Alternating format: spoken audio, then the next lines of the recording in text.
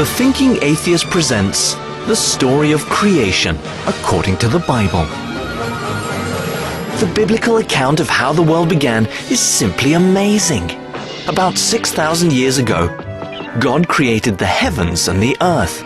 He also made the stars, but you couldn't see them because their light would take millions of years to reach the earth. So the sky was pretty much black. Then, just because he could, God made his brand new earth appear to be 4 billion years old. And he apparently thought it would be a gas to create dinosaurs, kill them, and bury their bones across the continents to confuse future archaeologists. Then, God said, "Let there be light." Some Bible verses later, he conjured up the sun, which seems redundant if he already had light. Besides, the sun is a star, and oh, never mind. What this tells us is that God, who has no beginning, was previously operating in complete darkness. Poor fellow was probably feeling his way around the pre-cosmos with his hands outstretched, pawing for light switches and trying desperately not to trip over the dog. For this reason, we can be certain that God was in a very irritable mood when he created man. Our first clue, man was created to be naked. In the bushes. Those of us with specific male plumbing shudder at the thought of Adam hiking in the brush with his loins unprotected. Everything would become a potential source of scratches, flesh wounds, and rashes. Shrubs, tree limbs, sharp boulders, hungry locusts, and harmful UV rays emanating from a freshly created sun. God then snatched a rib from Adam's body to create a companion, woman, who was also naked. Unfortunately, Adam was rarely able to enjoy her curvy voluptuousness because he was in serious pain from losing the rib, and he had a terrible sunburn on his hoo-hoo.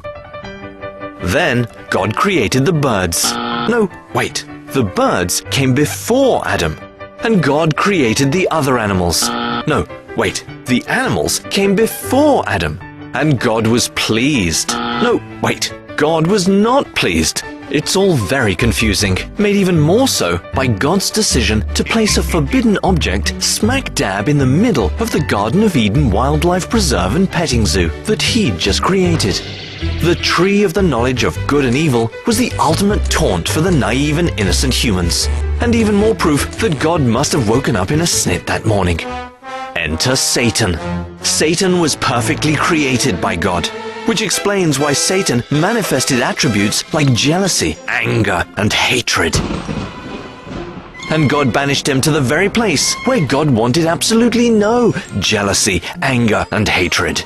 This is not unlike locking a rabid dog inside a nursery. Not good.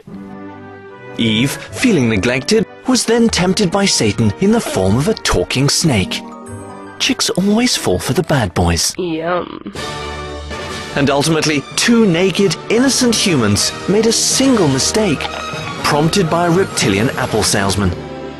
And billions of their descendants were sentenced to a life of sickness, disease, crime, pain, confusion, physical death, and the threat of eternal torture in a fiery hell.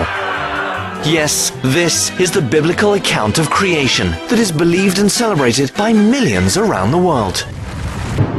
Let's hope God doesn't create anything else until his mood clears.